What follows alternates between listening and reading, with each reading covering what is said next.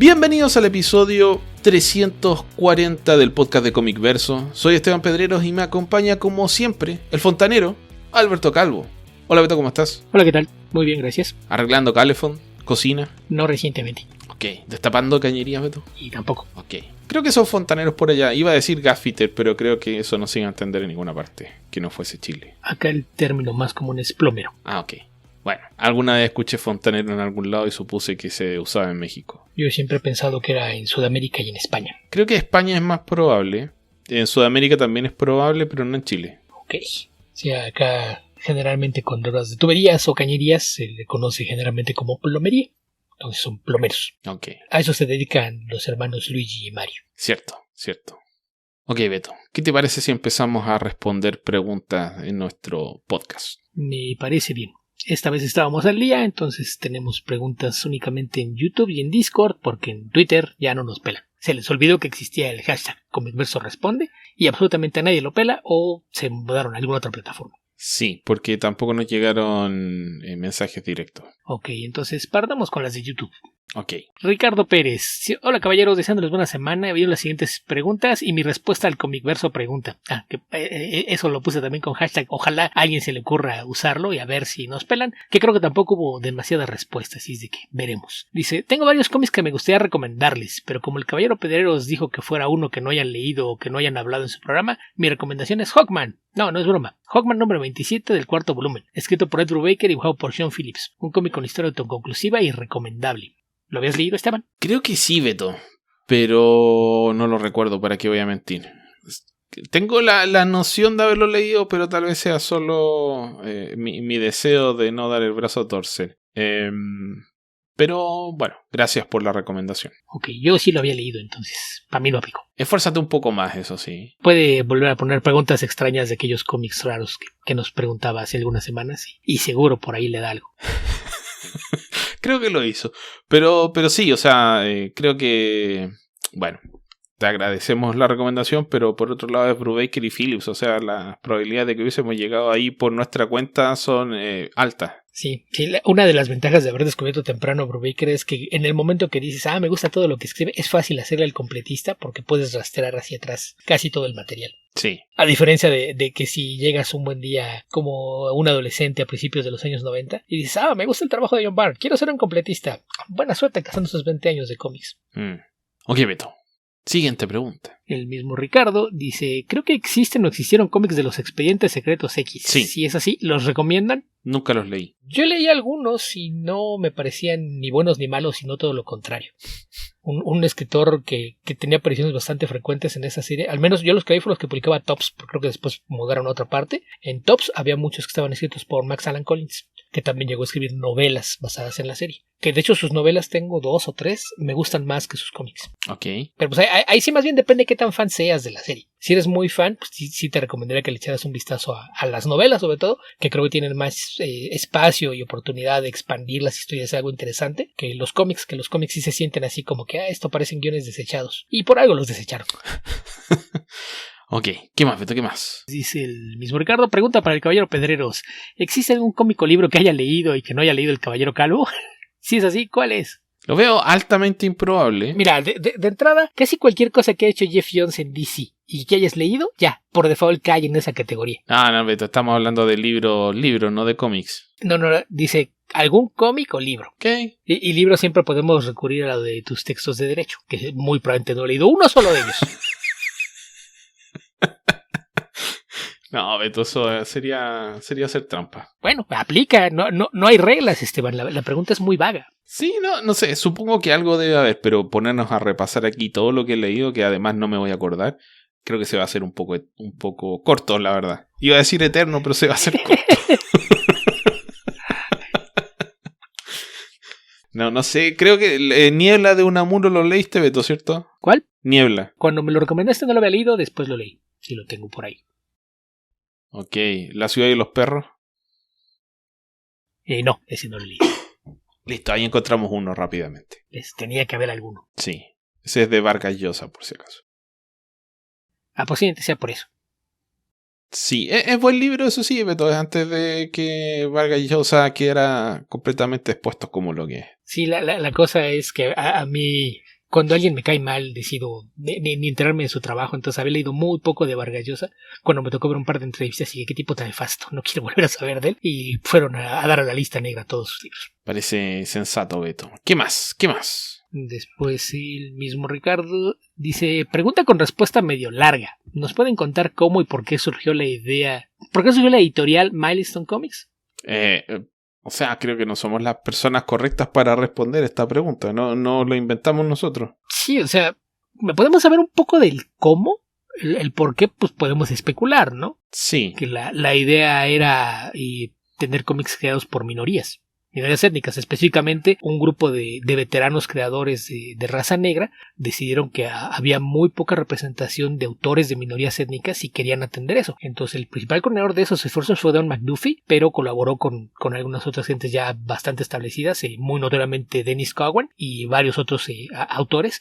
Y cuando partieron, pues empezaron a reclutar a otros creativos de color, ya no necesariamente negros, había también muchos hispanos, había un par de asiáticos por ahí, y como su idea era precisamente presentar diversidad, ellos eran el centro de este proyecto, pero también invitaron a algunos creativos blancos. Por ejemplo, John Paul León, algunos de sus primeros trabajos aparecieron en ese sello, pero pues la idea era esa, que querían que hubiera mayor representación de autores provenientes de minorías étnicas. Entonces, cuando empezaron con el plan de que querían hacer esto, si no mal recuerdo, los que se sentaron hacia, ok, vamos a estructurar un plan y darle forma, fueron los ya mencionados Dwayne McDuffie con Dennis Cowan y con Christopher Priest, que en aquel entonces ya tenía también bastante experiencia como editor. Entonces sí, ellos tres fueron los que empezaron a darle forma a lo que después se convirtió en esto, y lo que hicieron fue que encontraron un acuerdo de distribución con DC Comics. Que ahí es un caso extraño porque, a diferencia de cómo funcionan o funcionaban la mayoría de los sellos o subsidios de DC, este era nada más un acuerdo de publicación. No había ninguna injerencia editorial ni administrativa en cómo se manejaba Milestone. Milestone preparaba sus cómics, ellos tenían sus propias políticas de qué iba y qué no iba, y lo que hacía DC era imprimir y distribuir. Entonces era un acuerdo bastante extraño, pero pues nació de eso, de la percibida de una forma bastante realista, de la percibida necesidad de tener una mayor diversidad en autores de cómics.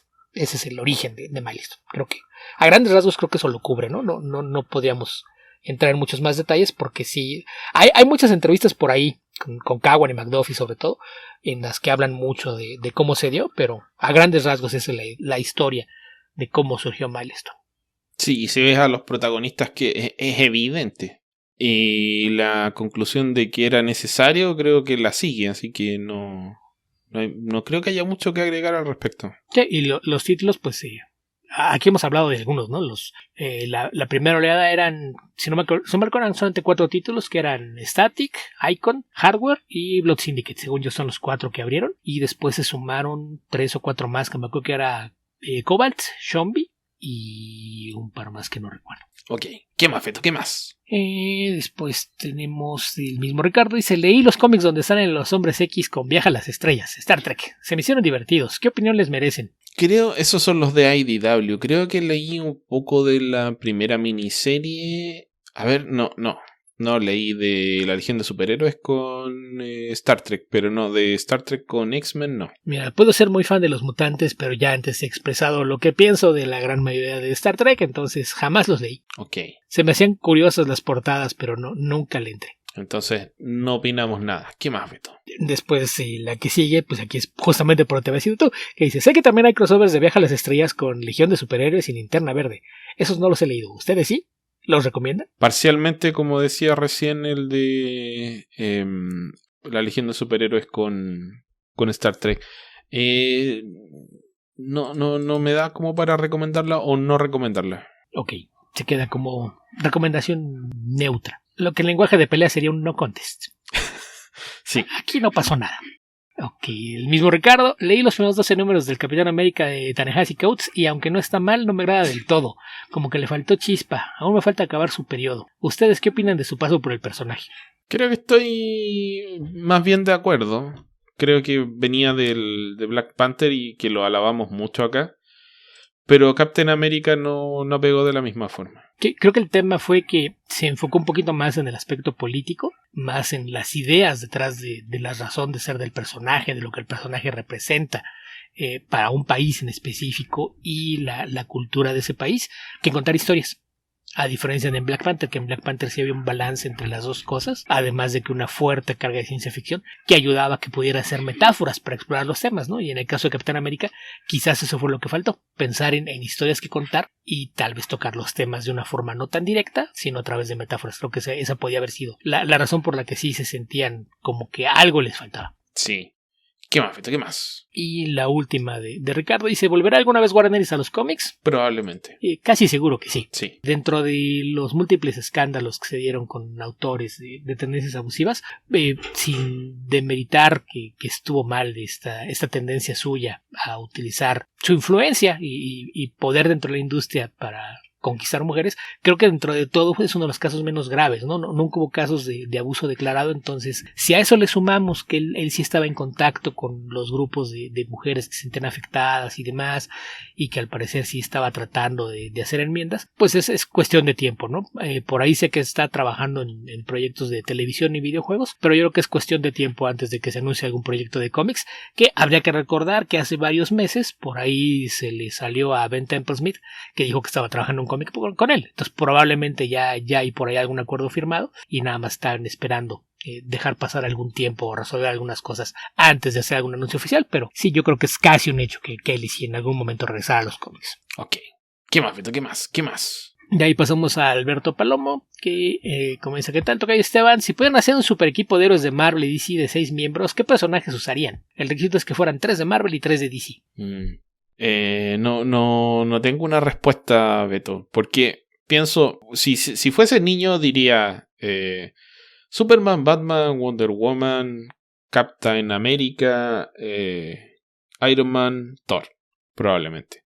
Pero creo que tiene más sentido buscar un grupo que sea entretenido de leer a que sea terriblemente poderoso. Sobre todo si me dicen que tienen que ser 6. Yo aquí lo que tendría que preguntar sería, ok, ¿por qué existe este equipo? Exacto. ¿Cuál es la razón de ser? ¿Qué es lo que va a pasar? ¿Qué es lo que van a enfrentar? ¿Hubo algún crossover? ¿Es una historia de multiversos? Si me dices cuál es la situación, con todo gusto armo un equipo. Pero si no sé para qué, pensar en personas que quisiera ver juntos, pues hay infinidad de alineaciones que se me ocurren y con ventajas por distintas razones. Entonces, sin contexto, realmente me parece un ejercicio que no podría contestar de una forma que yo me sienta satisfecho. Ok, Beto, pero tranquilo. Y como soy egoísta, lo que importa es mi satisfacción. ¿Okay? Como siempre. Exactamente. De ahí el mismo Alberto. Si el universo Amalgam está en el multiverso de Marvel de DC o no. La respuesta fácil no oficial es sí. Pero aquí este es uno de esos casos en los que me hiciste mover influencias para comunicarme con los departamentos legales en ambas editoriales. Y tanto de Warner como de Disney me respondieron exactamente lo mismo. No comment. Mira, cuando lo vuelvan a usar, que tal vez pase, o tal vez no, porque también puede pasar que decidan hacer un nuevo crossover y dejen de lado todo lo de Amalgam. Si lo deciden utilizar de la misma forma, van a decir, aquí está. Y si no, lo van a obviar. No tiene, creo yo, mucha importancia preguntarse al respecto. Técnicamente, dado que el crossover Avengers JLA transcurre, digamos, utiliza la continuidad de todos los eventos, deberíamos decir que sí, que es como algo así como que está en parte en ambos, pero no sé, creo que no vale mucho la pena preguntarse eso. Sí, yo estoy casi seguro que al menos en Marvel sí le habían asignado un número a esa tierra, ¿eh? En DC no estoy seguro, pero estoy casi seguro que en Marvel sí tenía un número asignado, pero el distanciamiento actual que existe más que entre las dos editoriales, entre las dos corporaciones propietarias de las editoriales, hace que esto no sea del todo claro. A ver, mira, acabo de entrar a buscar y aquí dice que en la Marvel Enciclopedia Fantastic Four decía que el universo Amalgam era la Tierra 692 del multiverso de Marvel, pero después esto fue contradicho y se dijo que era la Tierra 9602 en el Official Handbook of the Marvel Universe. Y por otra parte, en The Essential Wonder Woman Enciclopedia, Phil Jiménez, que fue el responsable de escribir esto, dice que en el multiverso DC es la Tierra 496. Entonces, en canon, ambas son partes del multiverso. O mejor dicho, es parte de ambos. Ok, salvo que no sé de cuándo será eso, Beto, pero ya no existe el multiverso infinito en el universo DC. ¿Hasta dónde yo me quedé? La verdad no estoy seguro ahora. La Essential Wonder Woman Encyclopedia es de 2015. El Official Handbook of the Marvel Universe es del 2005. Y recuerda que Marvel no hace hard reboots. Entonces lo de Marvel, esa versión de 2005, que es la Tierra 9602, debe seguir siendo válida. Y lo de DC, pues es de 2015, entonces tampoco es tan viejo. Sí, pero yo lo que recuerdo por lo menos es que en esa época eran 52 universos. En realidad era el universo 0 al 51, pero bueno, no tiene mucho sentido debatir el tema. Mira, solamente recuerda que Phil Jiménez es amigo de Grant Morrison. Y si Grant Morrison va a decir, sí, Phil tiene razón, nadie le va a decir que no. Y mañana DC puede decir, no, sí eran infinitos, lo que pasa es que no teníamos acceso al resto. Así que no, da lo mismo, creo yo. Lo que pasa es que estaba bajo candado todas excepto las 52 puertas que abrió Dan Didio. Porque cuando vino Metal, descubrimos que existía el universo debajo del universo. La parte de abajo, desde el revés del mapa. Ah, qué estupidez, pero chistoso. Así que ahí se multiplicaron inmediatamente, porque cuando vas al universo de Metal, todas las malas ideas se transforman en universo. Así que puede que ande por ahí. Aunque no estoy diciendo que sea una mala idea, pero puede que ande por ahí. Ok. Y después de eso, el mismo Alberto pregunta, ¿qué opinan de que muchos artistas mexicanos estén trabajando en los cómics de las Tortugas Ninja? No sé qué opinar al respecto, Beto. No tengo opinión. A mí no me sorprende, porque de hecho eso empezó con coloristas. Hay un colorista que está en los cómics de licencia de IDW, que es, se me fue el nombre, pero se apellida Delgado, que tiene como 15 años trabajando en IDW en todos los cómics de licencia. Entonces ya sabemos que coloristas mexicanos hay muchos por allá, y yo creo que algo que ayuda a que se ubiquen muchos mexicanos es que aunque no hay tanto artista nacional que tenga un estilo clásico para dibujar superhéroes, muchos sí tienen estilos que tienen influencia de animación. Entonces yo creo que eso es lo que ha permitido que se posicionen por allá varios, no solo con las Tortugas Ninja, sino también en Ghostbusters y algunas otras series. Pues es parte de una apariencia visual que es bastante popular por acá. Entonces yo creo que eso contribuye así como factor.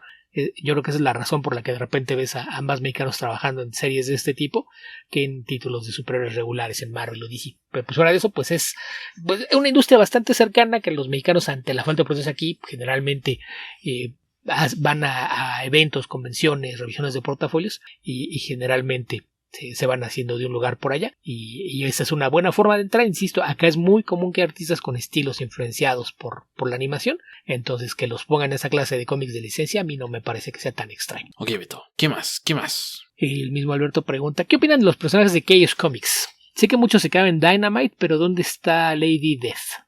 ¿Qué opinas de los personajes de Chaos? Jamás los he leído, Beto. Solamente los conozco por publicidad, así que no tengo opinión al respecto. Se dice, solamente los conozco por la interminable cantidad de anuncios que publicaban en Wizard.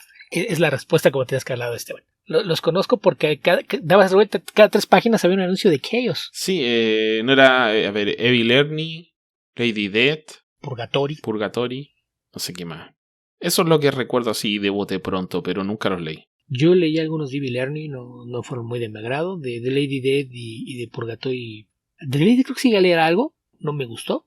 No seguí. Entonces realmente no tengo una idea muy clara de qué fue de ellos, porque aquí el tema, en el caso de Lady Death, es que, si no mal recuerdo, ahí el tema era que Pulido conservó parte de los derechos. Entonces, cuando la empresa quebró, él los pudo mover en varias partes. Entonces, después de que quebró Chaos, aparecieron algunos números publicados en Crossgen, después en Avatar, después estuvo en una editorial más pequeña, y no sé realmente en dónde esté ahorita. Probablemente esté en algún sello independiente, pero se debe a eso, a que no era el personaje no era propiedad de Chaos propiamente dicho, sino que era propiedad de Brian Pulido, que si no mal recuerdo, creo que sí lo vendió o se quedó con un porcentaje menor, pero esa es la razón por la que no está por ahí. Pero no recuerdo con qué editorial estaba publicando, pero era un sello muy pequeño y casi desconocido, eso sí me acuerdo. Pero la última vez que lo vi con algún sello establecido debe haber sido hace más de 10 años con Avatar, de haber publicado cómics por ahí de, no sé, como entre 2007, 2010 quizá, y después de eso fue que cayó en un sello más pequeño, pero la verdad es que no recuerdo qué sello era. Insisto, como nunca me gustó el personaje, tampoco le puse demasiado interés al ver que ya estaba en otra parte. Ok, Beto, ¿qué más? Ya con eso terminamos con las preguntas de de YouTube y nos vamos al Discord, donde JJ2049 dice: me topé con un número de Brave and the Bold de por ahí de 2007, en el que se dice que Satana sabía que Batgirl sufrió el ataque de Joker, de Killing Joke, pero que no sabría cuándo ni dónde pasaría. Hay otro personaje dentro del canon que sabía de esto, pero no podía hacer nada para evitar dicho suceso. Solo si alguien más lo inventa, que fue lo que pasó con ese.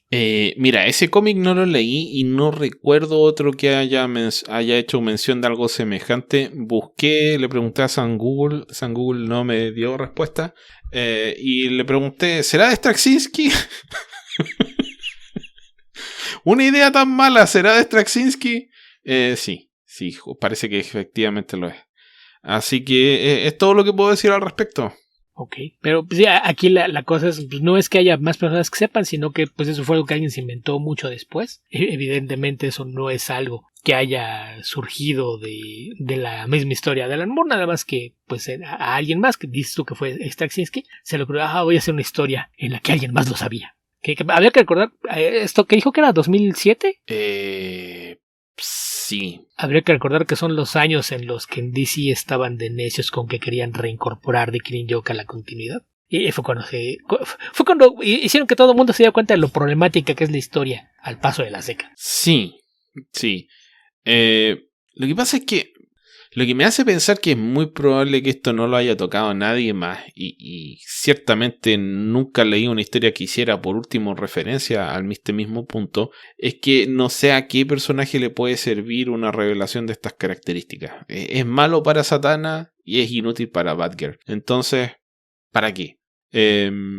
Imagino que habrá sido alguna de estas de Brave and the Bold de esa época. Para el que no tenga idea, fue una serie que se lanzó originalmente con Mark Waid y George Pérez, y a poco andar a Mark Waid lo echaron y pusieron a Straczynski, que había firmado contrato de exclusividad con DC y nos entregó grandes obras como, bueno, su etapa en The Brave and the Bold y Grounded, una de las grandes historias de Superman de todos los tiempos. También relanzó a Wonder Woman con chaqueta. Grandes contribuciones que nos dio Straczynski. Entonces, no sé realmente, creo que no se está esforzando mucho aquí. Ok, me quedé pensando, ¿no hay una historia en la que Booster Gold trata de viajar en el tiempo para evitar que suceda y el Joker lo asesina? Si existe, yo no la leí. La serie de Booster Gold de Jeff Jones no la leí. Yo tampoco, pero recuerdo haber leído en alguna parte, ahorita que estabas diciendo de esto, porque es que el tema es ese, que si dices que alguien lo sabía, ahí entonces cuando esa clase de historias es porque vas a explorar las consecuencias de alguien que supiera que algo así va a suceder y no hacer nada al respecto, ¿no? En el caso de Booster, aparte tiene sentido, pues saben que viene del futuro. En teoría todo esto ya es historia, pero la verdad es que no recuerdo. Estoy casi seguro que en alguna parte vi algo así, o en alguna parte vi el cuadro en donde el Joker lo está matando, no recuerdo, pero creo que algo así pasó. No tengo idea dónde, por qué, cómo. Y la verdad es que tampoco me interesa demasiado, entonces no. Les diría que puedo investigarlo y platicarles después, pero sé que una vez que terminemos esta grabación me voy a olvidar del asunto. Entonces, si le genera curiosidad a alguien. Jeff Jones, Jeff Katz, Dan Jurgens, Norm Rapmund, Booster Gold volumen 2, número 5, febrero de 2008. Entonces no lo imaginé. De esas veces que estoy viendo noticias o cosas por el estilo, y a veces se me quedan grabadas cosas, aunque no me importe la nota. Seguramente eso fue lo que pasó. Porque dijiste muchos nombres que no me interesa ver en un cómic. Sí, están todos juntos acá, Beto. Es como tomarlo y dejarlo junto a, no sé, a los desechos de la cocina. Pero Mira, Norm me cae muy bien. Es un sujeto muy divertido. Me cae muy bien, pero siempre trabaja con puros dibujantes muy malos, entonces, lástima. Así que eso, yo la verdad no veo que le podría aportar a nadie algo como esto. Porque incluso si sirviera para prevenir el hecho, y por lo tanto haces un mini Flashpoint. Ahora, es que acabo de ver el segundo tráiler de Flash, Beto, por eso hice la alusión.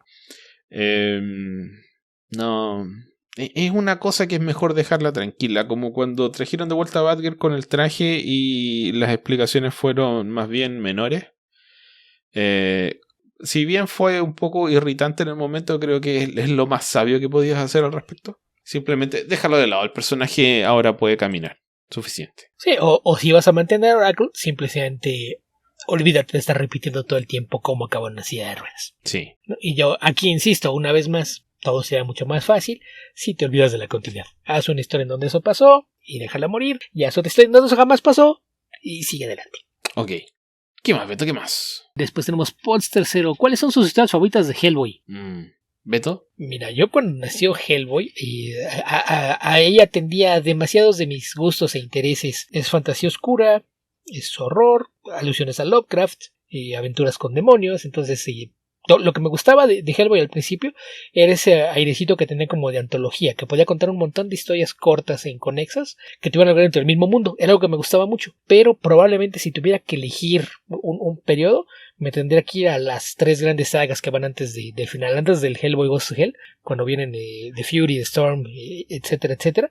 Ahí hay un añadido que si yo ya era muy fan de Hellboy, solamente podía hacer una cosa que hiciera que me gustara más. Cuando empiezan a ponerte leyendas de que va a ser un gran mal y Hellboy tiene que armarse para pelear contra y deciden que le va a dar una espada y le dan Excalibur, ¿tú qué crees que podría yo hacer al respecto, Esteban? ¿Hurra? Exactamente. Entonces, creo que sería eso. Cuando llegamos a la parte en donde la saga se torna épica ya con E mayúscula y donde tienes a Hellboy blandiendo Excalibur para así pelear con las fuerzas del mal, esa debe ser mi etapa favorita de Hellboy, pero yo soy muy fan del concepto mismo, entonces ahí sí, es muy difícil elegir qué me gusta más que otras. Ok, Beto. ¿Qué más? Arturo López, ¿les gustó la etapa de Jim Gordon como Batman? Sí. ¿O el Baticonejo? No.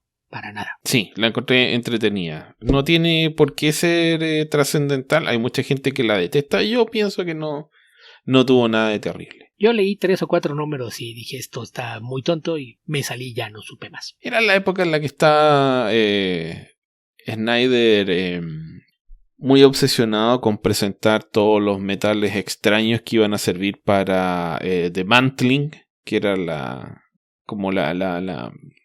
esta especie de conjuro mediante el cual iba a volver o iba a aparecer Barbatos, que es donde mezcla las historias de su época en Batman con lo que después vino a ser Metal.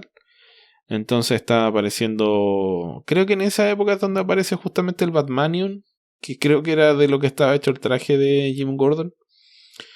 Pero habían otros metales más raros. Así que sí, tiene un elemento bastante sonso, pero son cómics, Beto. Fue el momento en el que dijeron, ok, oficialmente Marvel ya no tiene los metales más estúpidos que existen. No. Olvídense del Unobtainium. Ya, DC decidió ir más allá. Así es. ¿Qué más, Beto? ¿Qué más? Después de eso dice... El mismo Arturo dice, ¿tienen algún artista que les gusten sus portadas pero no su arte en interiores? Y viceversa. En la primera pues es muy obvio, ¿no? Alex Ross. No, es que tampoco me gustan sus portadas, Beto. A mí algunas. Cuando no es nada más el retrato genérico, hay algunas de sus portadas que me gustan mucho. Por ejemplo, todas las portadas que en Astro City me encantan. Fuera de eso sí es un volado ver qué hizo. ¿Qué tan involucrado está con el título o si nada más lo está haciendo por cobrar? Porque, por ejemplo, las portadas que hizo para The Immortal Hulk, la gran mayoría son muy buenas. Lo mismo que lo que hizo en Spider-Man en la época de Parker Industries. Sí, ya, ok. Algunas portadas de Alex Ross sí. No voy a ser tan categórico. Porque sí, cuando empiezas a decir las de Immortal Hulk o las de... ¿cómo se llama el título que acabas de decir, Beto? ¿Astro City o Amazing Spider-Man? Astro City. Astro City, sí, tienes razón. Son muy buenas algunas. Sí, lo que pasa es que pues muchas veces es, ¿aquí una portada mía? Sí, deposite aquí cuando yo vea el suficiente ceros en mi cuenta de banco, le hago una ilustración. Y se nota. Sí. Se nota cuando lo está haciendo así. Y es como cuando hizo este mural enorme, lleno de personajes, que aparte pintó todos los personajes por separado y luego los montó para hacer el mural, ¿no? Son figuras genéricas, sin fondo, y es de que, mira, lo puedes recortar y puedes poner este busto en una portada. Son bonitas ilustraciones, pero no son buenas portadas. Y el problema con su arte interior es que es incapaz de contar una historia, no tiene idea de cómo funciona eso. Así es de que, pues, esa es la razón. Pero en general creo que hay muchos artistas que llega a pasar que su arte en interiores no es tan vistoso, ¿no? Pero a veces esto no tiene que ver con la calidad. Por ejemplo, con quien me pasa algo muy raro es con Jock. Porque de Jock me encantan sus portadas, pero el arte interior muchas veces depende del tipo de historia. Porque siento que hay historias que el arte de Jock no fue la mejor elección. Y hay historias en las que funciona muy bien. Sí, hay ocasiones en las que se vuelve algo confuso. Ajá. Pero por ejemplo, Jock dibujando horror es muy bueno. Entonces, le tienes haciendo historias de horror, Su arte es muy efectivo. Lo pones a hacer superhéroes y la mitad del tiempo no entiendes qué está pasando en las páginas. Sí, tal vez yo creo que lo mejor que podríamos decir de Jock, por lo menos en Estados Unidos, sería Losers y Green Arrow Year One. Con superhéroes sí. Ambos con Andy Beagle. Pero tiene otros ejemplos. Hizo una miniserie que yo comenté debe haber sido hace 1 año, 2 años, que fue una miniserie formato Prestige, escrita y dibujada por él. Y es bastante mala. Pero bueno, tiene tiene algunas portadas notables. La famosa portada esta de la cabeza de Batman, hecha con murciélagos. De esa te conté que compró cientos de esa portada de una variante especial que hizo en México. No. Es que en La Mole, no recuerdo si fue una edición de La Mole o de Editorial Televisa, sacaron una versión metalizada de esa portada. Y cuando estaba aquí en el evento, se le fue, ¡ay! ¿Esto de dónde salió? Es una edición mexicana. Y le pidió en TPT, ¿me puedes llevar con los responsables de esto? Y fue, sí, quiero 500 copias, las voy a vender en mi sitio. Oh, miren, portadas metalizadas. ¿Quién da $100? ¿Alguien dijo 200? Excelente. Decidió hacer negocio con una variante de esa portada, que es muy buena, pero sí, yo sí, que iba así, no, es que ya se acabó. ¿Cómo que se acabó? Sí, es que el artista se las va a llevar todas. Pero sí, es que vamos, insisto, cuando hace cosas que no son de superhéroes, me gusta mucho el trabajo en interiores. Me gusta, por ejemplo, lo que dibujó un número de American Vampire, está la miniserie de Witches, en varias series de Vértigo, de repente hace algunos arcos, cuando hace cosas de acción en Scalp, también dibujó un montón de números. Todo eso me gusta mucho, pero con superhéroes sí a veces es un poquito un volado qué tal se va a ver. Pero sus portadas me encantan. Y viceversa, de artistas que son muy buenos en interiores pero malos en portadas, es muy raro que eso suceda.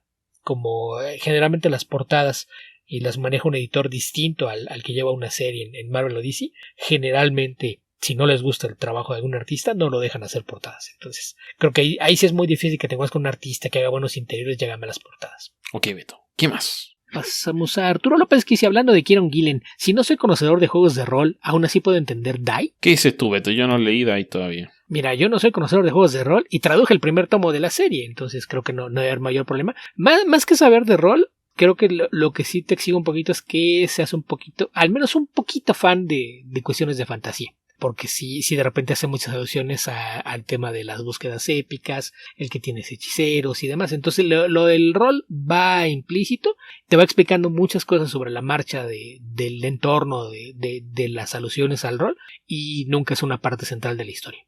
El hecho de que esté basado en tropos de historias de fantasía, eso sí es muy marcado. Entonces, entre más conozcas de ficción fantástica, es más fácil que entiendas muchas referencias y lo disfrutes.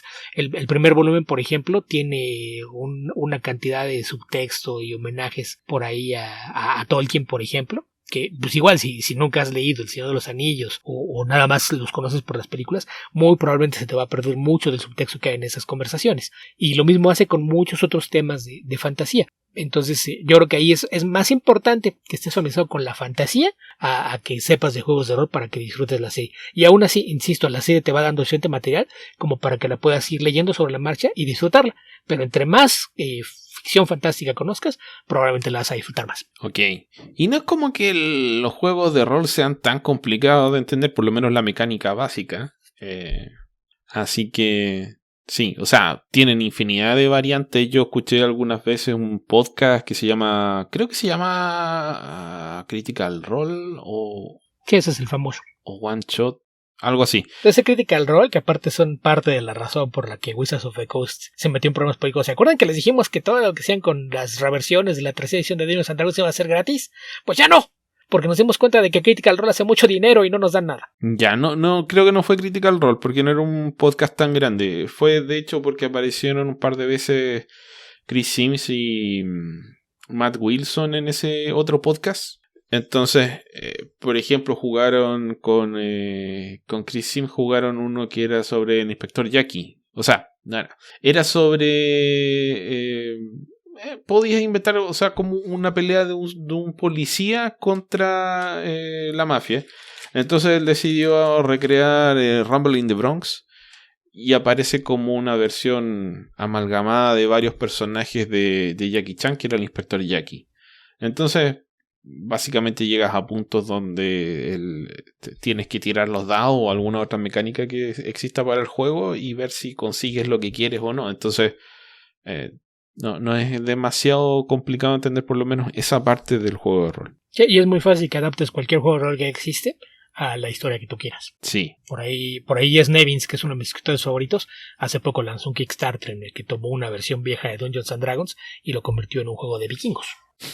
Ok, Beto. ¿Qué más? Tío Coy, contestando su pregunta, les recomiendo leer Cali, una novela gráfica que es como Mad Max Fury Road. Creo que no han hablado de ella. Yo no la conozco, no tengo idea si se puede conseguir en Chile. Yo he visto la portada y no, la verdad es que nunca la he buscado. Ok, vamos a anotarlo. Me parecía de repente las sugerencias de las mejores novelas gráficas de los últimos 5 años y por ahí me aparecía es una edición de Dark Horse y no conozco los autores, sí me acuerdo que no eran conocidos. Ok, lo voy a anotar en la agenda, Beto, junto con las otras cosas que se perdió el Capitán América. Sí, la portada que tengo que me parecía mucho, esa sí la tengo bastante grabada. Es una mujer de espaldas al lector que trae una chamarra de cuero que en la espalda dice Cali, con K. Ok. ¿Qué más, Beto? ¿Qué más? JJ 2049. ¿Por qué cada que hay un evento postapocalíptico en DC, sea canon o no, hacen explotar al Capitán Atom? Al inicio lo veía un tanto gracioso, pero ya de tanto que lo repiten empieza a cansar. Yo no sé cuántas veces ha explotado el Captain Atom. Yo recuerdo por lo menos, obviamente, Kingdom Come. Después explotó cuando hicieron esta serie Captain Atom Armageddon y llegó al universo Wildstorm. Y eso fue Crisis Infinita, ¿no? Creo que sí. Creo que fue después de Crisis Infinita. No recuerdo más veces en las que haya explotado Captain Atom, pero obviamente DC tiene esta enfermedad de tratar de evocar sus grandes éxitos, sobre todo en la época de Dandy Dio. Así que no requiere mayor explicación. Es el tema de la misma razón por la que ahora ya está archi repetido que Shazam pelee contra Superman y grite Shazam y le caiga el rayo a Superman, porque la gente se acuerda de Kingdom Come y dice, oh, mira, ese momento de Kingdom Come lo hicieron en esta película. Entonces, eso. Sí, y también yo creo que tiene que ver que el Capitán Atom es un personaje tan poderoso que no saben qué hacer con él. Entonces cada vez que hay una oportunidad, ¿por qué no lo matamos? Y lo hacen. Sí. Yo creo que si lo van a hacer, tendrían que hacerlo al menos de forma divertida. Que todas las historias que sale, al final lo maten. Que sea como Kenny, Beto. Exactamente. Que diga, ¡ah! ¡Mataron al Capitán Atom! ¡Bastardos! Y ya, lo convierte en un chiste. Después reaparece. ¿Cómo reapareció? No sabemos. Es muy poderoso. Seguro se reformó. Claro. Es como tratar de matar al Doctor Manhattan. Literalmente. Ajá. Justo eso. Yo creo que esa es la cuestión. Tienen al Capitán Atom y cada cierto tiempo deciden que lo quieren usar. Y como no saben qué hacer con él, al final lo matamos. Que explote. Porque si no, aparte de las dos que tú mencionas, yo lo otro que sé es que también explota en Injustice. Creo que tratando de matar a Superman. Ok. Mira, yo imagino que además tiene, a propósito de lo que estamos conversando, tiene la misma gracia de matar a Metamorfo, que es un personaje al que puedes traer de vuelta sin mayor explicación. ¿Metamorfo murió? Sí, murió, pero bueno, eventualmente sus moléculas se juntaron nuevamente y utilizó sus poderes para rematerializarse. Y volvió. Muerto no estuvo, simplemente estuvo disperso por algún tiempo, como un gas liviano esparcido por el aire. Algo así. Pero bueno, la que sigue, Arturo López. A su parecer, ¿cuáles son las mejores y peores películas de X-Men? Las mejores yo diría que son X-Men 2 y Days of Future Past. Ok, de la primera saga, sí, tal cual. Creo que me gusta más First Class que Days of Future Past, Beto. Ok, a mí me gusta más Days of Future Past. ¿Y las peores? Todas las demás. Pues partimos con X-Men The Last Stand, de lejos. De lejos esa es la peor de todas. No, la 1 no es mala. La 1 X-Men a secas no es mala, pero tampoco podemos decir que sea la gran cosa. No, pero te digo, la mala, la peor de todas es The Last Stand. Y por mucho. Está así en categoría aparte. Está en categoría tan aparte que ni siquiera cosas que insultan la inteligencia de la gente, como pueden ser Dark Phoenix o Apocalypse, están a ese nivel. Dark Phoenix no la he querido ver. Apocalypse creo que es malísima. Yo creo que está casi a la altura. No, yo creo que está a la altura de Last Stand. Lo que pasa es que tal vez teníamos menos expectativas. Fue una traición más leve, Beto, porque ya se había descarrilado un poco el asunto, pero The Last Stand es mala. Es lo que le sigue mala. Y le vamos a dar una mención. Pero no, yo creo que Apocalypse es peor, Beto. No sé, no creo. No sé, y aparte le tenemos que dar una mención especial a X-Men Origins Wolverine. Que pueden decir, sí, nos agarró en plena huelga de escritores. Si incluimos las de Wolverine, son todas malas. Logan, obviamente la gente va a decir, no, pero Logan... es un western mal hecho. Logan es... Yo diría que tiene buenos momentos. Tiene buen tono, buenas actuaciones, malas decisiones para efectos a largo plazo, pero por otro lado es algo así como un Elseworld de Wolverine, así que no importa tanto. Pero no sé, no la encuentro tan buena y no he visto la versión en blanco y negro. Yo la veo como buena a secas porque nada más un pastiche. Son 3 westerns ahí revolcados y disfrazados de películas de superhéroes. Sí, la de los New Mutants tampoco la he visto. Es muy entretenida. Es mejor que casi todas las que hemos mencionado como malas. Lo cual no era tan difícil, ¿verdad? Ok, no. Y un elenco que creo que al final desperdiciaron. Anya Taylor-Joy como Magic es increíble. Yo creo que Days of Future Past tiene algunos elementos buenos, pero no sé, no la encuentro mejor que First Class. Ok, a mí me gustan las dos, pero yo pongo ligeramente arriba Days of Future Past. En fin, Beto. ¿Qué más? Tío Coy, ¿cuál es la transformación de personaje que más y menos les ha gustado? Por ejemplo, de Ángel a Arcángel, de bestia a bestia peludo y azul, de un Hulk, a otro Hulk, etc. Bueno, siendo majadero, Beto, la transformación de Bart Allen Impulse en Kid Flash, primero y luego en Flash, fueron como involuciones del personaje, así que ahí tengo una que me afectó directamente. Yo pensé que como fan añejo de DC, lo primero que se iba a ser Hank Hall. ¿Que a quién le importa Hank Hall, Beto? Si ese es el tema. Pues es que es fan añejo y los añejos de repente se ponen necios con cosas que no valen la pena. Porque, a ver, Hank Hall... Hawk and Dove es una serie de Steve Ditko breve, bastante breve, y después los personajes aparecen en los Teen Titans pre-crisis, los anteriores a Wolfman y Pérez. Y después aparecen en los de Wolfman y Pérez, pero muy, muy, muy poco, casi como en estas invitaciones extendidas cuando tenemos que hacer, y ahora los invitamos a todos, los de antes y los de ahora. Pero no digamos que Hawk and Dove era un personaje que nadie extrañaba. O sea, tanto es así, a Dove lo matan en Crisis, después lanzan la miniserie y después los personajes quedan básicamente sin uso hasta Armagedón.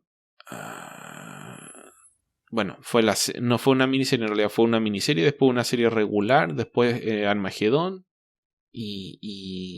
Pare de contar, creo que hasta Brightest Day no se hizo nada más con Hawk and Dove. No, puedo estar equivocado, pero es lo que yo recuerdo, y esos son 20 años de cómics.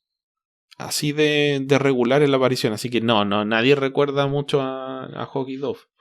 Aunque aquí en este podcast nos insisten en preguntarnos por ello. A veces no sabemos por qué, pero sí, insisten. Bueno, es que están en la serie de los Titans, eso sí. Aparecen ahí en la serie televisiva que no he visto, pero ahí están. Ok, pasando a lo que sigue. Hace poco hablaban de que John Byrne es mejor entintado por otros que por él mismo. ¿Qué otros ejemplos iguales a este se les ocurre? Pues no es tanto que sea mejor entintado por otros, ¿no? Sino que lo que hemos visto nos gusta más el resultado cuando alguien más lo entinta. Uh-huh. Porque generalmente cuando lo hace él, que ha sido en años recientes, se ve que lo hace un poquito a las carreras y sin cuidar tanto el detalle. Porque si ves cosas más viejas en donde él se entintó, cualquier cosa anterior a los 90, el entintado es un trabajo súper limpio que se ve muy bien. Como él se entinta a sí mismo en OMAC, ¿no, Beto? Por ejemplo. Y ahí sí, o en X-Men. O la adaptación de I Have No Mouth and I Must Scream. Que se entinta a sí mismo y aparte utilizando un chorral de plantillas estas de degradados, se ve muy bien, pero cuando lo ves, por ejemplo, ya de Wonder Woman para acá, agarró un estilo de entintado súper suelto que creo que hace que su trabajo no luzca igual. O de lápiz súper suelto también, si ese es el tema. O sea, cuando uno piensa en John Byrne ahora, piensa en la sombra de John Byrne, porque no es lo mismo hablar de John Byrne hasta, no sé, el año 95. Algo así. La primera miniserie de Generations probablemente sea el punto de quiebre. Que después, y eso un poquito después, que con el punto de inflexión, porque después tiene, por ejemplo, su trabajo en Action Comics, que fue ampliamente criticado. Pues redibujado. Sí. Es que en realidad lo que estás viendo ya no era su trabajo, porque ves las páginas de lápiz y ves lo que se estaba publicando, y en realidad lo que pasaba es que Nelson de Castro estaba tomando los lápices de Byrne como si fueran layouts. Uh-huh. Así como que aquí me sugirió que este panel tenga Superman en esta pose. Lo voy a dibujar yo. Entonces no sé si podemos decir que es trabajo suyo. ¿Qué es lo que habría dibujado John Byrne hace 20 años? Porque, bueno, si ves esos lápices, para ser justo, yo creo que la editorial también le estaba pidiendo, oye, arregla esto, porque el trabajo de John Byrne era bastante deficiente, hecho muy a la carrera. Además, también tenía un poco la misma enfermedad que tiene John Romita Jr. cuando no lo motiva el proyecto, que es esta cuestión de tirar todas las líneas del mismo grosor. Sí. Y no tiene nada de profundidad el dibujo. Entonces es bien plano, bien feo. Sí, es también el síndrome de todos modos no quería hacer esto. Voy a hacerlo hasta lo que alcance a hacer en 2 horas y después de eso lo completo a como me salga. Sí, lo voy a dibujar de una manera en la que no me puedan decir que no me esforcé. ¿Que no cumplí? Pero tan mal como para que me echen lo antes posible. Es una táctica para evadir trabajo que no quieres hacer. Hazlo mal y no te lo volverán a pedir. Sí, hazlo mal. Como cuando te encargan cosas en la casa y tú dices, lo voy a hacer mal para que nunca más me encarguen sacar la basura. Voy a hacer que se me raje en el camino. Quiero que limpies esas ventanas. Y las limpias y antes de acabar decides salpicarlas un poco y chorrearlas. Y te digan, no limpias esas ventanas, te pasaste horas. Pues sí, las limpié. No, Beto, las limpia, pero solamente esparces la mugre, no la retira. Entonces se van a ver con brillo de mugre. Sí, justo eso. Y no te volverán a pedir que lo hagas. Eso es lo que hace John Byrne de repente cuando no le interesa. Lo hace de forma que no se lo vuelvan a pedir. Sí, ojalá sea a propósito, Beto. Yo tengo la impresión de que en realidad es solamente que ya perdió un interés en hacer ese esfuerzo. Yo creo que sí, porque si buscas en su página de Facebook, de repente ponía commissions de lo que vende. Y es muy común que le pidan crossovers. Entonces de repente te encuentras así con una imagen de la Liga de la Justicia contra el Doctor Doom. Y luego dices, y si todavía puede dibujar así, ¿por qué no lo hace? Entonces me imagino que es cuando se divierte o sabe que le interesa, sigue dibujando bien. Pero eso aparentemente casi nunca pasa. Con aquello que está bien amargado, pues también probablemente hay pocas cosas que le saquen una sonrisa. ¿Qué más, Beto? ¿Qué más? Y tío, ¿qué obra popular jamás van a leer? Cualquier cosa que escriba Jeff Jones.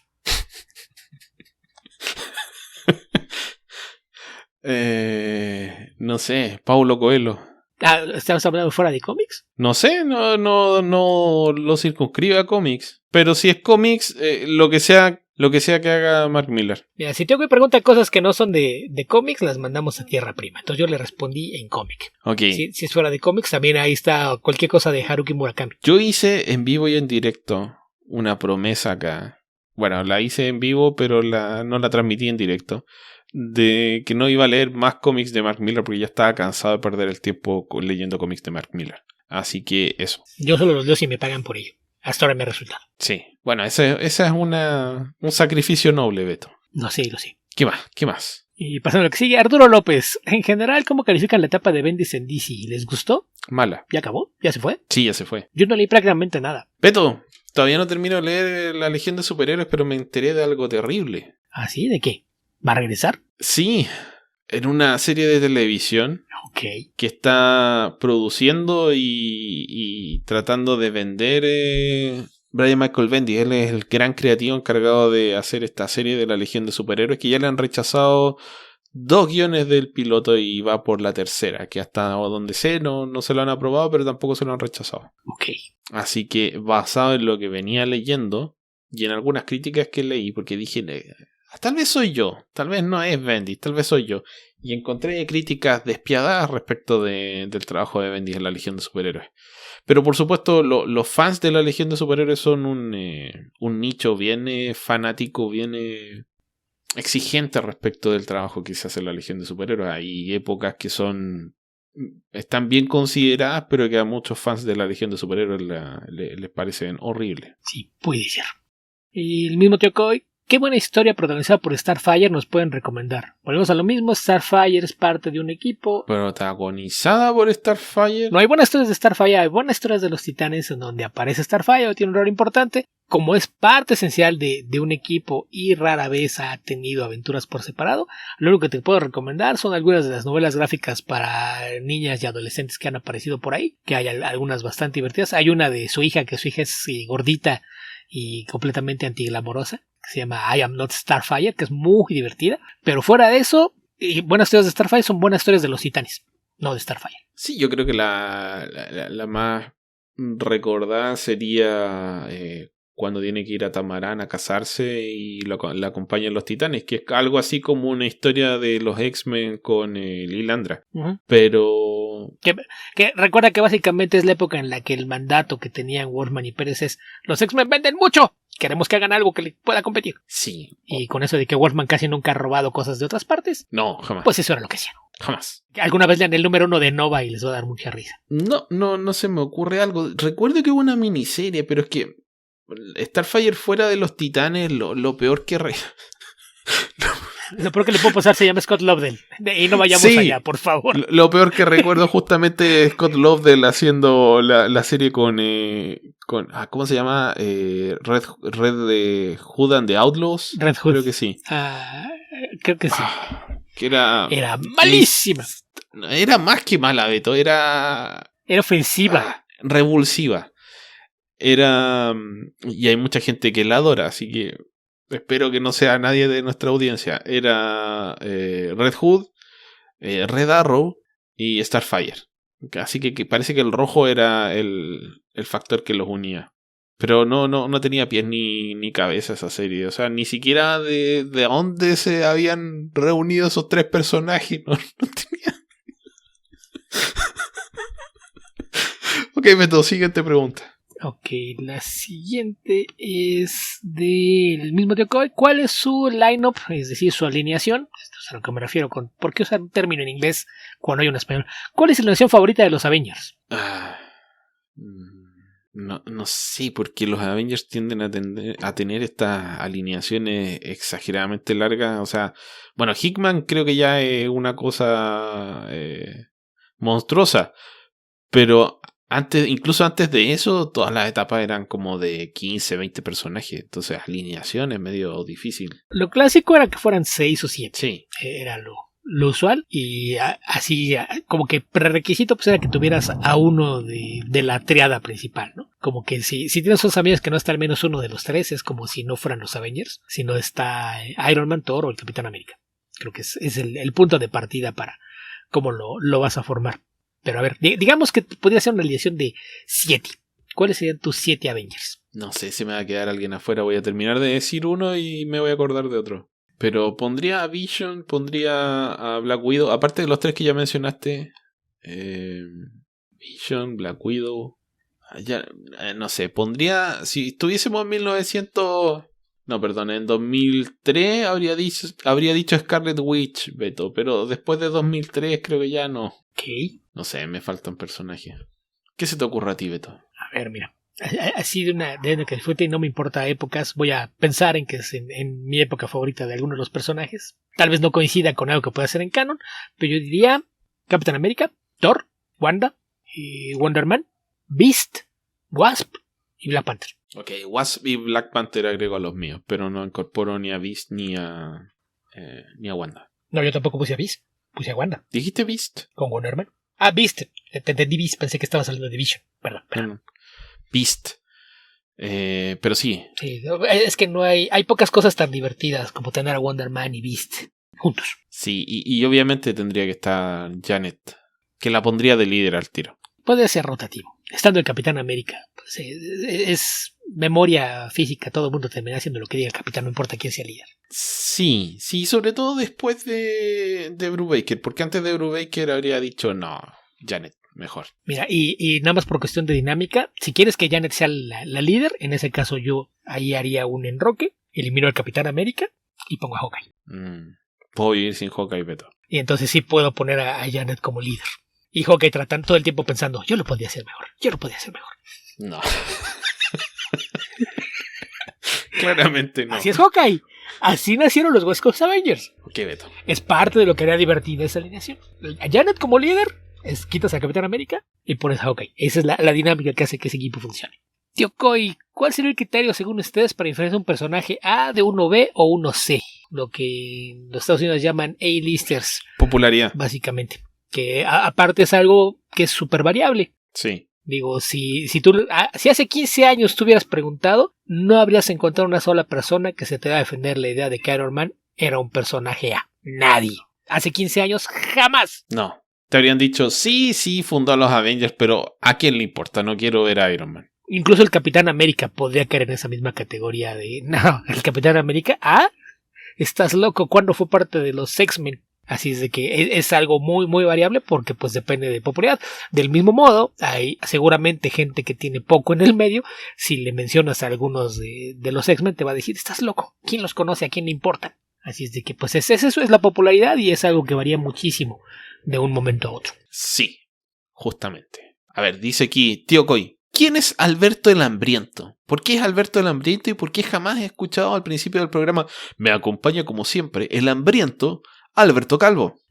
Me atrevería a asegurar que ya lo usaste alguna vez. Yo creo que sí, Beto. Porque aparte hubo una época en la que, como teníamos la diferencia horaria, se cruzaba con la hora en la que usualmente comía. Entonces a veces era de que, ok, grabamos rápido y después me voy a comer.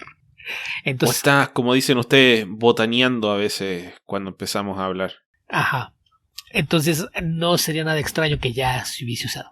Y respecto a que quién era Alberto el Hambriento, es el nombre con el que se publicó en alguna ocasión a Galactus. Sí. ¿Por qué es Alberto el Hambriento? Alguien decidió que se iba a llamar Alberto y es evidente que está hambriento porque si no, no estaría devorando planetas. Así es, Beto. Es más sensato un Alberto el Hambriento que un Galactus el Hambriento, pero bueno. Sí. Nada más porque no conocían la identidad alterna de Galactus, porque si no alguien se hubiera tenido el Hambriento Galán. Sí. Beto, creo que con eso terminamos porque el resto es una pequeña perorata respecto de lucha libre que no creo que te interese comentar. No, yo ahí le puse que eso era para Tierra Prima, entonces la vamos a guardar, se responderá al aire si alguna vez regresa a Tierra Prima. De otro modo, no pasa. Ya saben lo que tienen que hacer para eso. Ingresen a nuestro Patreon en bit.ly/DiscordCV. Nada que ver. Vamos de nuevo. Ingresen a nuestro Patreon, www.patreon.com/comicverso, donde pueden acceder a nuestros especiales mensuales y a la publicación anticipada de cada nuevo episodio del podcast. Ahí si se incorporan puede ser que resucite Tierra Prima. Ya saben, tienen que alcanzar nuestra meta de $50 mensuales. Así es. Puede ser de $1, pero necesitan conseguir 50 amigos. O bueno, no, nos faltan 20 y tantos, ¿no? Unos 20 amigos. Sí. Mira, si cada uno de los patrocinadores convenciera a un amigo de que se suscribiera, rebasábamos los $50. No, Beto. Tienen que... Lo que pasa es que tenemos patrocinadores generosos. Entonces no tenemos 26 patrocinadores. Tenemos 13 que dan algunos más y otros menos. Entonces tendrían que convencer como a 2 o 3 amigos. Ok, entonces si cada uno de ellos convenciera a 3 de que se suscribieran con $1, llegaríamos. Pero, en fin. Entonces, ¿qué quieres comentar esta semana, Esteban? ¿Qué leíste? ¿Qué viste? ¿Qué hiciste? Tenemos que comentar de Mandalorian, Beto, porque creo que es obligatorio. No sé si es obligatorio, pero sí me parece prudente. Sí, pertinente. Es la ocasión. Podríamos comentarlo dentro de 2 años, pero tal vez sea mejor hacerlo ahora. Sí. ¿Qué te pareció esta tercera temporada de Mandalorian? Creo que creo que es más floja. Creo que la primera temporada sigue siendo la mejor. La segunda me pareció que tuvo buenos momentos. Y por un momento pensé que era mala, pero después me acordé que no, que lo que estaba recordando eran los episodios de Boba Fett que fueron la temporada 2.5, que esa es lejos la más mala. Y esta temporada la encontré interesante, pero un tanto floja. Creo que tiene varios elementos buenos, pero a la vez no había tanta historia que desarrollar y se dio algunas vueltas por ahí por el aire que no fueron tan interesantes. Por ejemplo, no hay un capítulo tan bueno como ese con Bill Burr, que creo que fue de la segunda temporada, cuando Moff Gideon le había quitado a Grogu y tiene que ir a esa base a averiguar dónde está Grogu y se saca el casco. O sea, ese fue un momento, yo creo que uno de los momentos más tensos de toda la serie, porque claro, se estaba sacando el casco, no pasó más que eso, pero a la vez tú sabías lo importante que era para Din Djarin. Din Djarin. Así que... Djarin, como sea. Así que creo que esta temporada pecó un poco de falta tal vez de tensión. La encontré un poco como... No sé, no tuvo esos momentos de alta tensión donde tú no sabes qué le va a pasar a los personajes, donde se sienten en peligro, no sé, algo que van a perder. Creo que lo más cerca que estuvimos de eso fue el cliffhanger del episodio 7 al 8. Y cuando empezó, o del 6 al 7, por ahí. Pero una vez que se empezó a resolver la historia, la verdad es que no hubo tanta complejidad. Me chocó mucho ver a Moff Gideon, Beto, en esa armadura estilo Darth Vader, tratando de imponerse. Spoilers. Y era una armadura así como una versión oscura de un mandaloriano. Cayeron en esta trampa que tienen las películas Marvel, que a mucha gente le gusta recalcar ahora, que todas están peleando contra una versión negativa de sí mismos, casi. Y creo que Moff Gideon perdió bastantes puntos en esta temporada respecto del personaje amenazante y despiadado que habíamos visto. No es que no haya sido amenazante y despiadado, pero se vio un poco caricaturizado y desperfilado por la falta de amenaza que hubo en esta serie. Hubo un par de desvíos a mitad de temporada que yo dije, bueno, a lo mejor lo van a hilar de alguna forma. Y no, realmente no. O sea, esta historia con este personaje que... No es que la historia en sí sea mala, pero si estamos contribuyendo a un universo, la idea de hacer este meandro, volvemos a utilizar esta palabra, Beto, este meandro donde aparece esta como capitana de Moff Gideon que está siendo reacondicionada para integrarse a la sociedad dentro de Coruscant y conoce a otro ex imperial que es... no recuerdo el nombre del doctor, pero era el científico que hacía los experimentos con Grogu. Pershing. ¿Cuánto? Pershing. Pershing, o P de perro. Pershing. Sí, Ershing sonaba medio judío, pero claramente tenía que ser más sirio o algo así. Termina siendo una anécdota. Porque ¿para qué sirve esa historia? Para insinuarte que el imperio está por ahí. Pero tú ya sabes que el imperio está por ahí, entonces es como muy anticlimático. Obviamente que íbamos a llegar a Moff Gideon si lo tenían en las rondas de entrevistas. O sea, no... Encontré que fue un poco torpe la construcción de la reaparición del personaje del antagonista. Fue lenta y fue un poco torpe. No sé, creo que una revelación de esas características, o sea, como se intentó hacer, era para una historia más larga que lo que se hizo en estos 8 episodios. No encuentro que hubo varios errores ahí en la ejecución. Hubo momentos buenos, por supuesto, pero en fin, creo que fue una temporada un tanto floja. Ok, yo no estoy de acuerdo, me gustó. Sigo pensando que la primera es mejor porque era mucho más contenida, tenía una historia más definida hacia dónde iba. Y el problema yo creo que es el hecho de que ella es parte de un mini universo dentro de Star Wars, que es sí. lo que está supervisando Dave Filoni, y que pues ya sabemos que va a haber una película en la que se supone que va a cerrar todo esto, y yo no veo como un error lo que hicieron con Gideon. Yo creo que más bien fue ¿saben qué? Estábamos dejando que este personaje creciera demasiado y vamos a tener que escalarlo hacia atrás o deshacernos de él, y yo creo que ese era el verdadero motor detrás de muchas de las historias en esta temporada, más allá de la idea de que trataba de recuperar Mandalore. Trataba de, ¿qué puedo hacer para tener una última confrontación con Gideon y deshacernos del personaje? Porque, pues, evidentemente ya algunos minutos antes de que vemos esta confrontación final, pues tuvimos por ahí un teaser de que se viene Tron. Y ya sabemos que Tron es el gran villano de esta saga. Entonces yo creo que más bien era no dejarlo crecer más. Entonces el personaje de Katie O'Brien, pues más bien tenía la razón, nada más de sentarte una idea de por qué regresó, cómo es que sigue suelto, pues es que sigue operando con apoyo de lo que queda del imperio, y pues es un episodio en el que te dicen que tiene espías, que incluso lo sembraron así como que, y si también hay un espía entre los mandalorianos, que por ahí incluso muchos sitios de noticias y canales de YouTube y demás, estaban haciendo encuestas. ¿Quién crees que sea el espía de Moff Gideon entre los mandalorianos? Sí.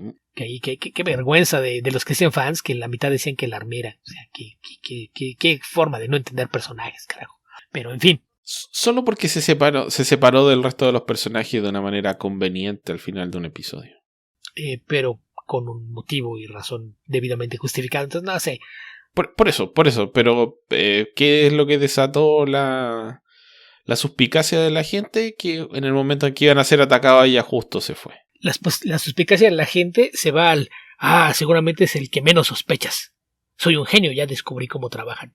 Y no, la verdad es que no. No realmente. Pero bueno, yo creo que no sé. Creo que ha ido creciendo demasiado la trama a mi gusto. Es el problema, se les volvieron tan populares los personajes que fue que tenemos que ocuparlos, pero no podemos ser los que hagan cosas demasiado importantes. Y eso se convierte en un problema bastante más grande. Entonces, el hecho de que tengas que hacer con Grogu, que no pueda seguir siendo el niño al que estás protegiendo todo el tiempo, creo que de repente motivó a que hicieran algunos cambios raros. El verlo de repente maniobrar un droide como si fuera un mecha fue un momento muy divertido. Pero sí es una muestra de repente las trabas con las que se encontraron al toparse con una historia que empezó a crecer tanto que se está yendo de las manos. Pero en general me gustó bastante la temporada. Insisto, considero que la primera es mejor. La segunda creo que toma demasiados rodeos, justamente porque estaban empezando a lanzar los spin-offs. Creo que eso le pesó. Y en esta, que ya es parte de un grupo de historias, pues creo que la necesidad de tener que seguir atendiendo a algunas de las subtramas hace que se sienta un poquito más dispersa, pero en general me gustó bastante. Creo que es mejor que la segunda, aun cuando no alcanza el nivel de la primera. Y pues se siente ya también que es como empezar a acomodar las piezas, pensando en que seguramente Ahsoka va a presentar el conflicto que llevará hacia la película de Dave Filoni, y ahí pues podremos ver cómo van cayendo las piezas en su lugar. Pero en general me gustó bastante esta tercera temporada de The Mandalorian. Mira, yo encuentro que tiene un problema de formato esta serie. Por lo menos la noto ahora al tratar de pensar en esta tercera temporada, que es la idea de que intenta utilizar mecanismos de construcción de subtramas propios de una serie como Los Archivos Secretos X, una serie de 24 episodios por año, donde retomas la historia principal cada, no sé, 6 episodios aproximadamente, o más incluso. En el contexto de una serie mucho más corta que tiene... no sé, por ejemplo, la primera temporada tenía esta característica, casi eran películas cortas de 40 minutos. Eran unitarios, pero con un gran presupuesto y paseando por rincones irrelevantes de la galaxia. Entonces creo que eso era, a efectos de cómo funcionaba la serie en la primera temporada, creo que funcionaba bien en ese contexto. Al unirlo a esta trama principal,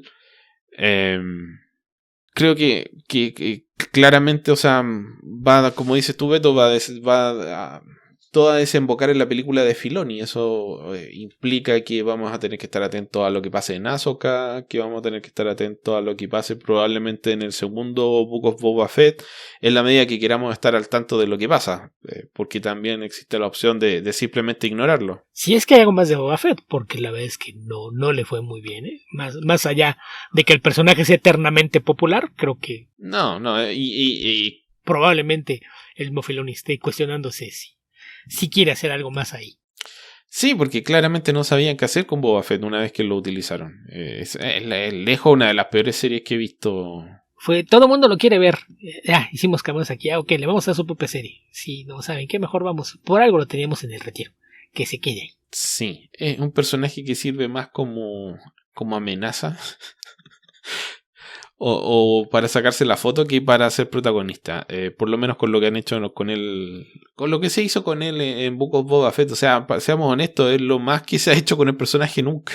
Mira, yo estoy mucho más deseoso de ver el regreso de Cobb Vanth que de volver a ver a Boba Fett.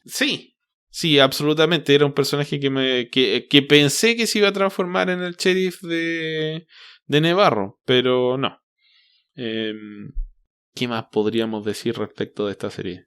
Creo que la secuencia final donde Grogu salva tanto a Mandalorian como a Mando como a... ¿cómo se llama, Beto? ¿Bo-Katan? Bo-Katan. Muestra un dominio de la fuerza que ya está rayando en lo impresionante. Justamente la razón por la que el personaje era objeto de estudios en la primera temporada, pero no sé cómo... Bueno, eso es interesante, ¿no? Saber cómo va a derivar eso, la idea Por ahí leí un artículo, o sea, no leí un artículo, leí el título de un artículo que decía que habían reseteado la serie, porque al final de la serie ganan los buenos, Bo-Katan se queda en Mandalore, lo recuperan los mandalorianos. Salvo Paz Vizsla, no muere nadie muy importante de los buenos. Y Mando se va con Grogu de vuelta a Nevarro y se establecen en una granja en el lugar que le había entregado su amigo. Entonces es como que volvimos al principio, casi, que es este momento en el que están los dos personajes viviendo juntos. Claro que ahora ya no anda escondiéndose, por ahora. Sí, es lo que te digo, es como empezar a poner en su lugar las piezas para lo que va a ser más adelante. Que el tema del desarrollo de Grogu, creo que ahí también es algo que vamos a ver más cosas más adelante, porque recuerda que en esta temporada se ven las ballenas en el hiperespacio, que automáticamente lo tienes que ligar con Ezra. Sí, pero yo creo que eso era solamente para anunciarte que viene la serie de Ahsoka. Creo que no tenía más propósito que eso. Pero parece que Ezra va a tener un rol, al menos como una presencia en la mente de todos a lo largo de Ahsoka. Entonces tienes un uso de la fuerza, cuando aparece otro, yo creo que eventualmente van a hacer algo por ahí con esos personajes. Sí, y lo más lógico sería que todas estas historias se unan, que terminen con una pelea, no sé, Mandalore versus una facción del Imperio, porque al final sabemos que de una u otra forma, de acuerdo a lo que ha pasado en las películas, suponiendo que no las quieran eliminar, el Imperio no desaparece del todo, se transforma en The First Order, pero tampoco existe ninguno de estos grandes generales imperiales a cargo del Imperio. O sea, vuelve el emperador, spoilers, y está también... ¿cómo se llama el personaje que mataron en la segunda película? ¿Que mataron en la película? ¿Quién? ¿Snoke? Snoke. Que originalmente uno pensaba, Snoke es gigante. No, solamente le gustaba hacer hologramas gigantes de sí mismo. Entonces, se supone que en algún momento esto se tiene que reducir. Ellos deberían entrar en algo así como transformarse en una pseudo resistencia hasta que logren en alguna parte de la galaxia reunir las fuerzas con las que finalmente atacan de vuelta en la última trilogía. Entonces, no sé, supongo que eso se va a resolver en la película de Dave Filoni, pero de aquí a que se haga esa película van a pasar una buena cantidad de años. Sí, muy probablemente.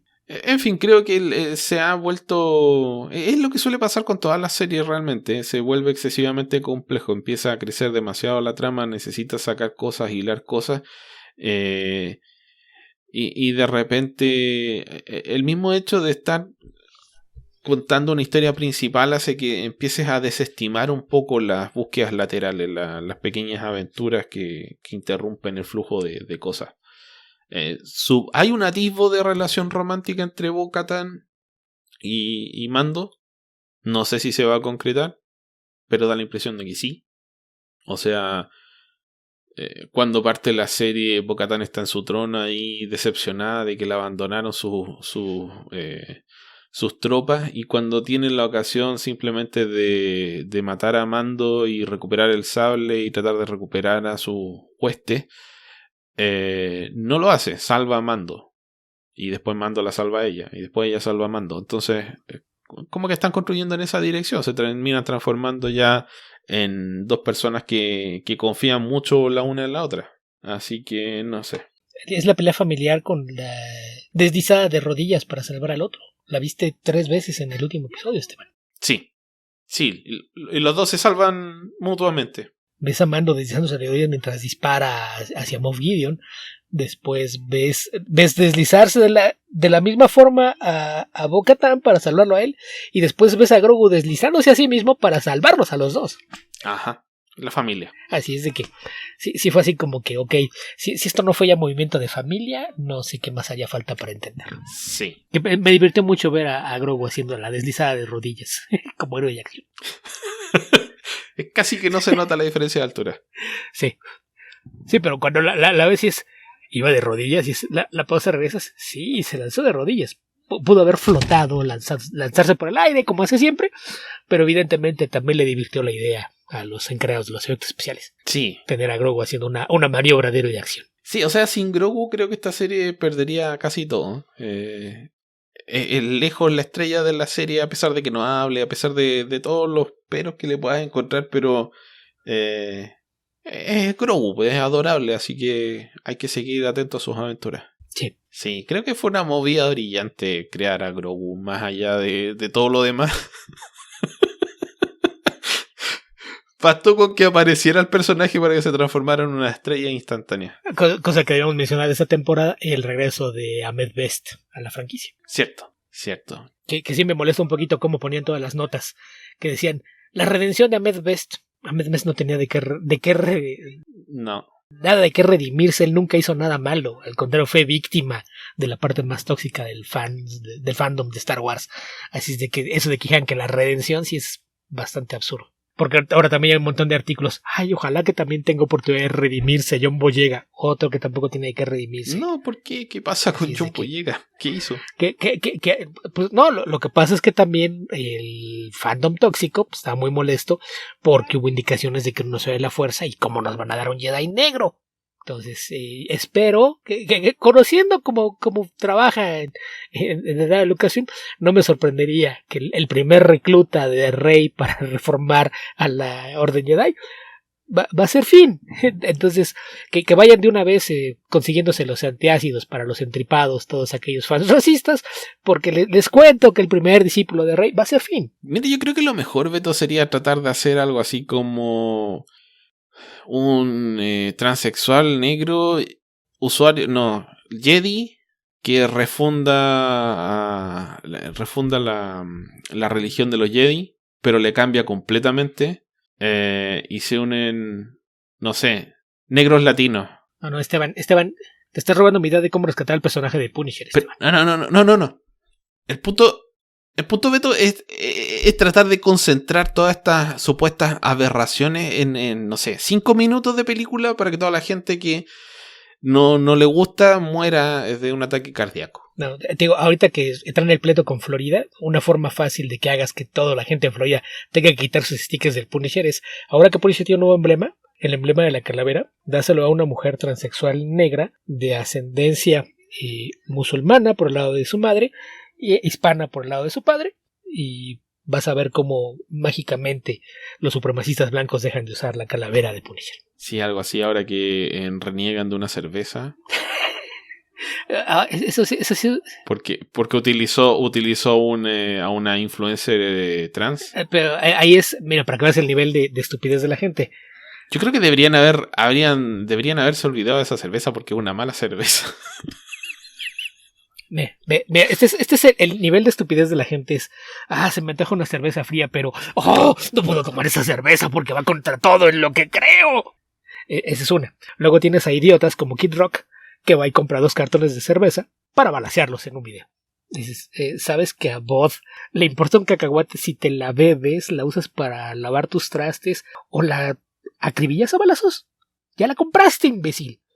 O un político, una vez más de Florida, no sé qué hay en el agua ahí, pero un político de Florida anunció que no iba a volver a beber Bud Light y presumió un video de su refrigerador, ahora completamente abastecido de cerveza Bosch. ¿Sabes qué tienen en común Bosch y Bud? Probablemente son del mismo dueño. Pertenecen a la misma embotelladora.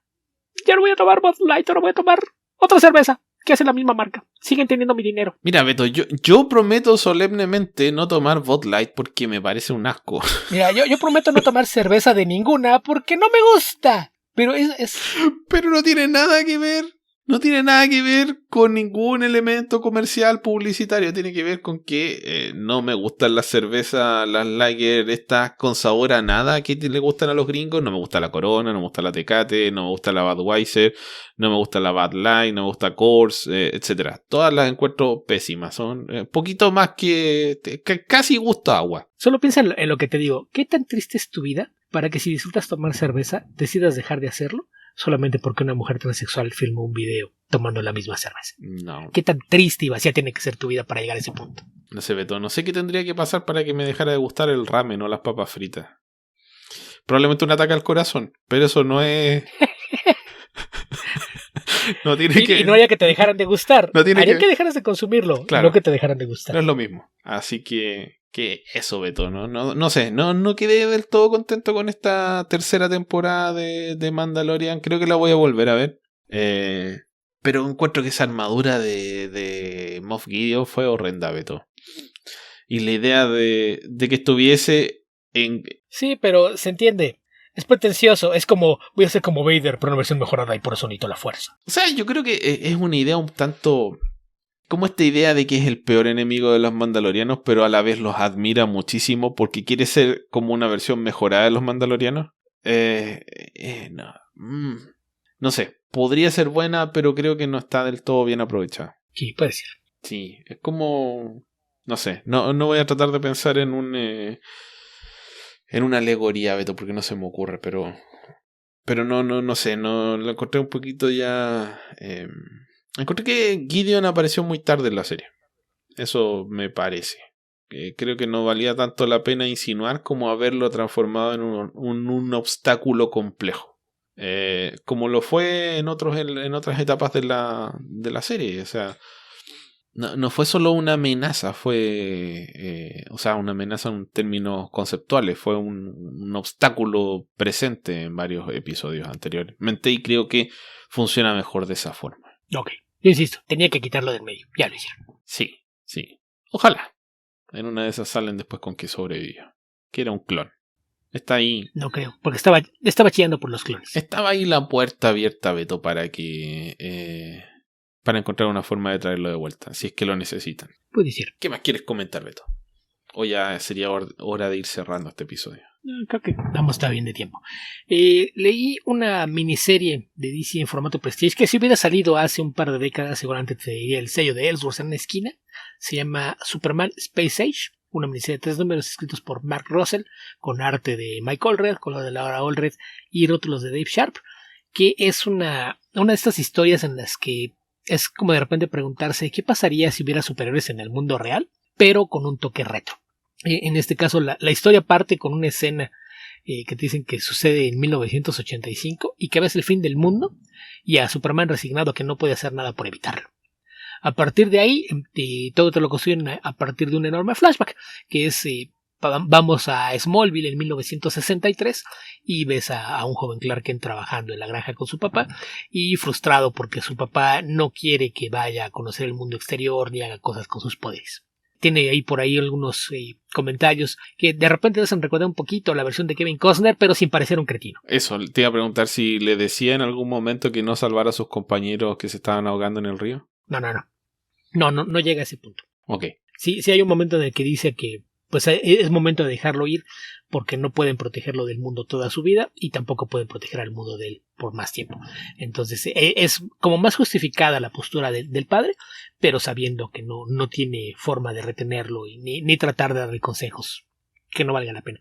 Pero aquí lo que hace Russell es que construye una historia que te marca mucho el momento que se está viviendo, porque algo que hace en esas escenas te plantea al personaje de Packent como un veterano de la Segunda Guerra Mundial y cosas que vivió durante la Guerra del Pacífico.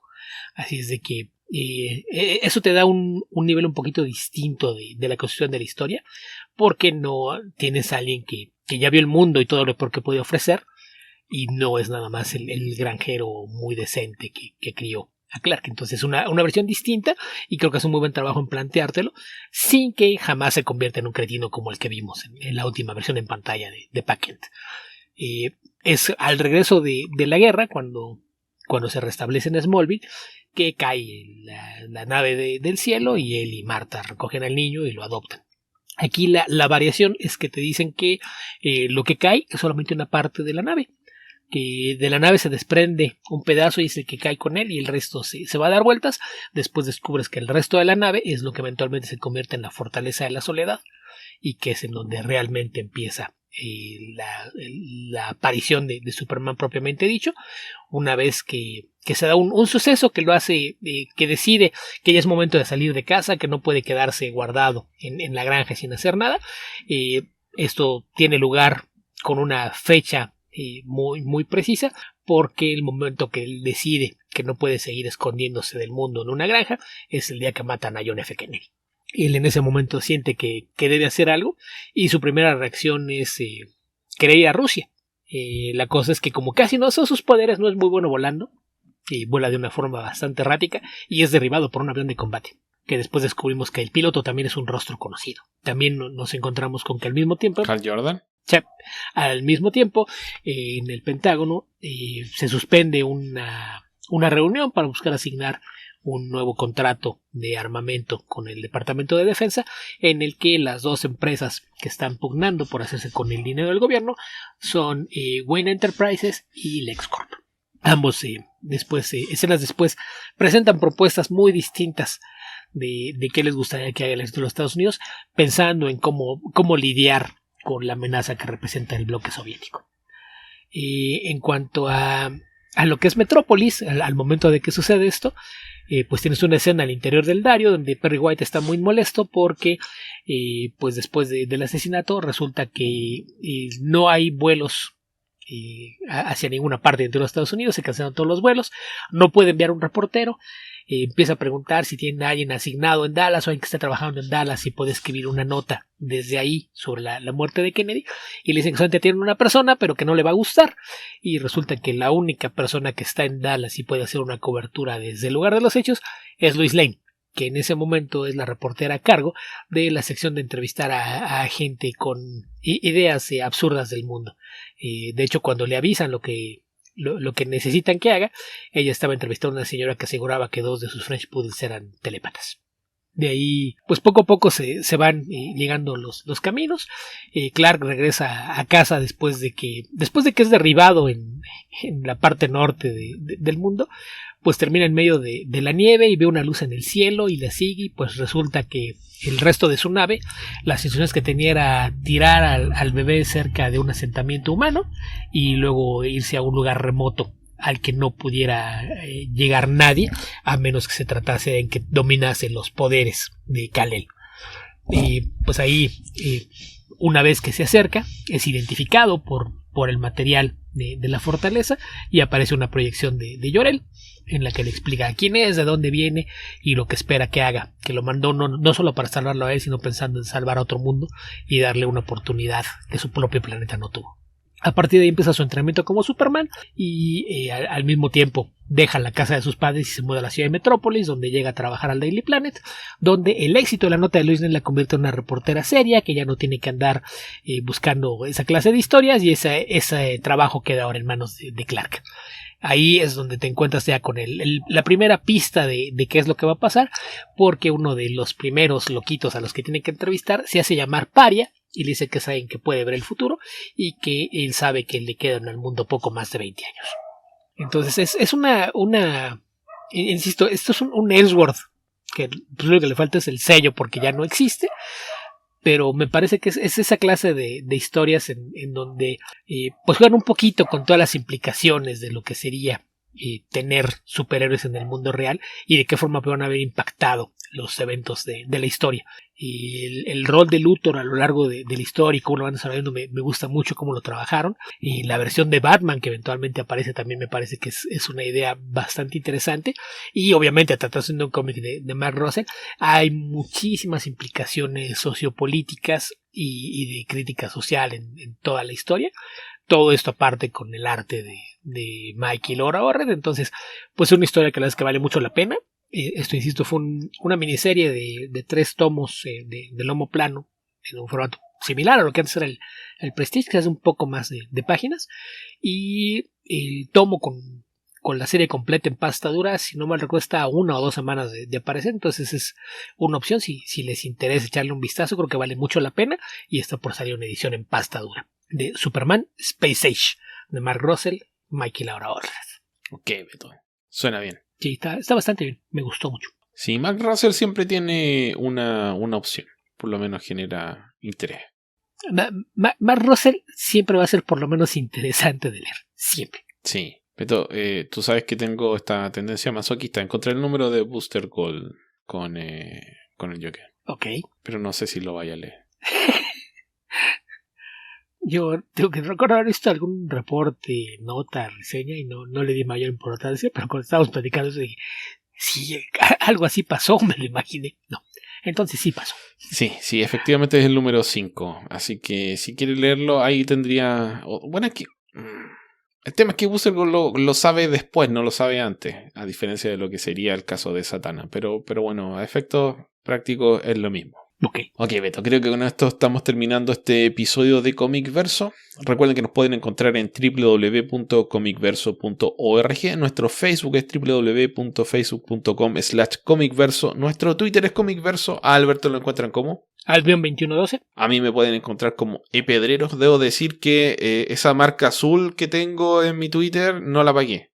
Bueno, porque no tengo una marca azul, pero definitivamente no la pagué. Si quieren unirse a nuestro... No, Esteban, lo que tendrías que decir es: mi cuenta de Twitter sigo siendo yo. Puedo haber perdido mi marca azul, pero les aseguro que sigo siendo yo. Ok. Es que acuérdate que devolvió las marcas azules, pero ahora lo hizo como un acto de beneficencia donde lo paga él. No. Solo si tienes más de 1 millón de seguidores. Ok. Y eso puede ser motivo de demanda porque hay una ley en Estados Unidos. Esto se puede interpretar como que está diciendo que algunas celebridades compraron su producto.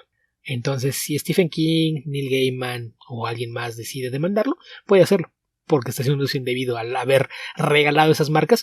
Aparte de que, obviamente, como no piensan las implicaciones, hay cuentas de legado, cuentas que han sido abandonadas de gente muerta, que tiene millones de seguidores, y que ahora dicen que pagaron.